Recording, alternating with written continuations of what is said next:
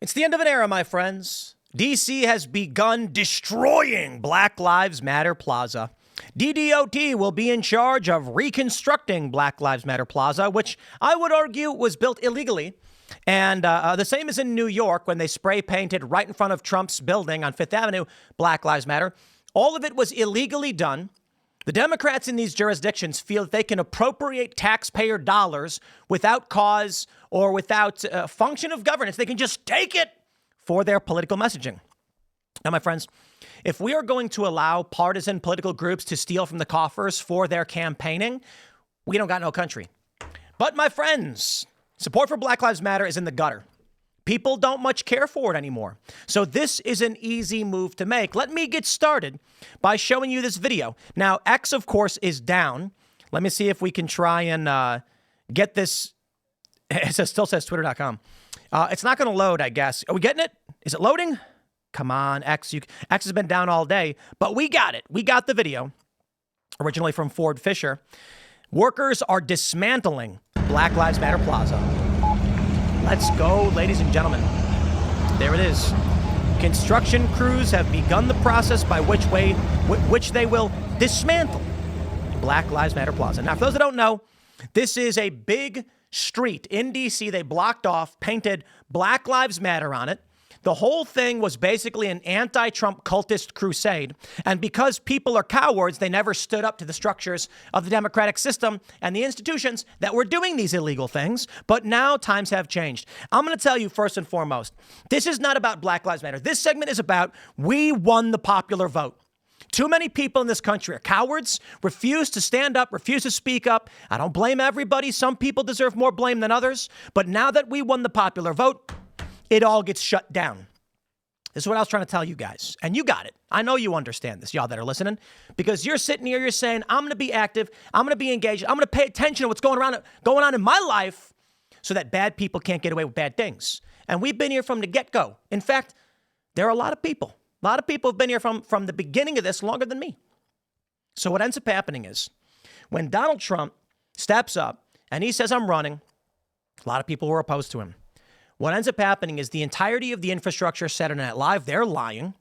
You've got SNL lying. You've got all the big liberal pundits lying. You got the corporate press lying. And so there were a lot of regular people who were like, I don't know a whole lot about these politics, but I'm going to say nothing and let them do it because they were scared. They thought that they genuinely believed the Democrats had won the historical narrative. This is why the far left protesters always come out and say, you are on the wrong side of history. Turns out they were. So long as we keep this up and we win, they will stay on the wrong side of history. So my friends, I beseech thee, go to castbrew.com, buy coffee, become a member of Rumble Premium. Use promo code TIM10 at timcastpremium.com. That's going to redirect you right to Rumble. We got to win this fight. We got to make sure they can never strike back. We are watching their slogans be dismantled, their popularity in the gutter. But don't forget, there's more to this than just being a passive listener of the news. And if that's all you can do, then I accept that. That's still a good thing. But you should be an active participant in the world around you. So go to timcast.com, click join us, get in the Discord server so that you can be directly interacting with all of these people, 20,000 plus, and be a part of the news. Don't just be someone who watches the world pass you by. Get involved. Here's a story from Fox News. Work began Monday to transform Black Lives Matter Plaza. The evolution of the plaza was announced on Mayor Muriel Bowser's X account, adding that it is part of DC America's 250 mural project, where we will invite students and artists to create new murals across all 8 wards. Washingtonians' commutes may be impacted by some areas, and some areas will be closed for short times during this phase that will take place on weekdays and weekends, with efforts to minimize disruption and maintain accessibility. You know, it's funny. We basically live in the DC Metro. I've never been there. Never been to Black Lives Matter Plaza. So it all started back in 2020 during the mass riots where, 30 plus people were murdered in cold blood and police stations were burned down. The Democratic institution said, we support this and we're going to build monuments to it. Not no more. Now it is gone. Not just figuratively or literally, but both. literally in that they're tearing it down because the popularity is in the gutter, but figuratively because majority of the country opposes Black Lives Matter. Let me make sure that is clear for all of you. Do you support or oppose the Black Lives Matter movement? 44% oppose. Only 41% support it. I can tell you why. Take a look at this. Because the people know. They know. So Breonna Taylor is killed, George Floyd dies, and then all of a sudden support for Black Lives Matter hit 52% with 30% opposition. Then something happened. Riots took place. And as the riots started to happen, we started to see support begin to drop. Right here from the peak, it dropped down. And I remember, it was so amazing. I was like, look at that, 52% support. And then a week later, down 6 points, down 10 points. Derek Chauvin's conviction saw a drop in support for Black Lives Matter. Ahmaud Arbery shooting verdict saw additionally a drop in support for the verdicts. So let me tell you, my friends, right now there's a big push to get Derek Chauvin pardoned. I don't know why. It seems like a weird time to call for this. Maybe like the anniversary of the George Floyd incident would make sense, which was in June, I believe, early June. March, I don't know, slow news cycle, I guess. But Ben Shapiro says Trump should do this. And he's not wrong. Trump should do this. I don't know if right now it makes a whole lot of sense. Pardoning Chauvin at the federal level wouldn't change any of his state charges. But let me tell you, when Chauvin got convicted, support dropped. Why? For one, people started to learn the truth about what was going on with the George Floyd killings, that he had fentanyl and meth in his system, that he was chewing on a speedball, hard drugs behind the wheel of a car. Now, by all means, a lot of people don't like what happened, and a lot of people still believe the fake news or whatever they think. A lot of people don't care if it's fake or real. They are mad. They don't like cops. But regular people said, hey, something ain't right about this. And then you get the Ahmaud Arbery shooting verdicts. And that's when we saw the leveling out and then inversion of support. I'll tell you this. Ahmaud Arbery. This is the guy that was a felony burglary suspect caught on camera burglarizing a home. Yep. I'm not making that up. This was all in the court case. There was no question as to whether or not this dude was suspected of felony burglary. He was. He was on camera. Most people don't know that. The question in the Ahmaud Arbery case was whether or not the McMichaels, two guys who went to prison over this, had a right to detain him, to perform a citizen's arrest. Now, hey, the police told these guys not to pursue. But here's the issue. You want to know why we live in the country we live in? I will break it down for you. A dude is suspected of terrorizing a neighborhood, and it's tough because you don't want to go after innocent people. But this guy, Ahmaud Arbery, does not live in this neighborhood, doesn't live there. They said he was jogging in construction boots. That was a lie. It's insane how evil these people are. Dude was not jogging. He was seen entering a home suspected of felony burglary. I'm saying suspected. He never got convicted or anything, but he's on camera in the house looking around, and then he leaves. They said, oh, it's just trespass. He was just looking around. No. When you enter a home, that's burglary.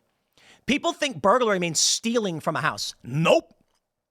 In Maryland, for instance, if I tie a string around my property, a string, okay, that's it.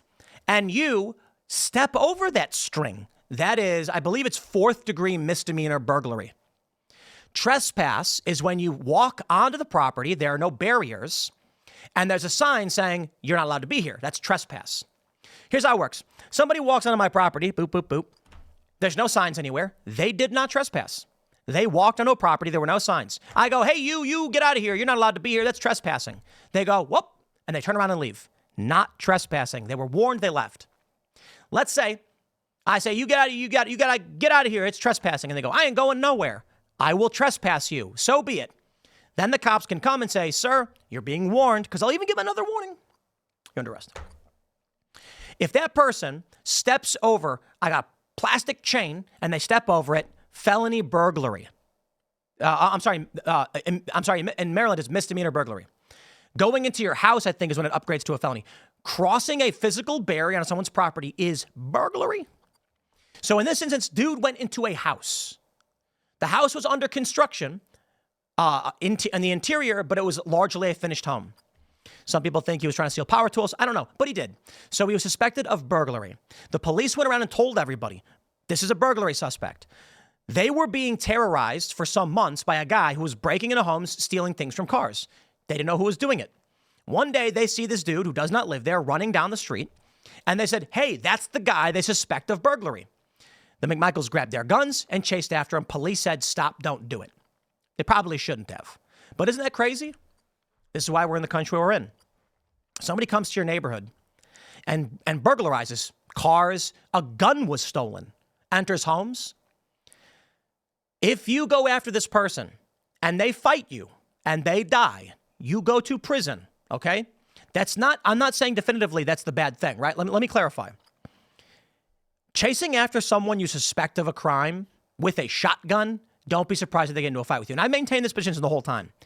First of all, the McMichaels and the other dude, Brian, what's his face? I forget his name every time. He was only filming and he went to prison.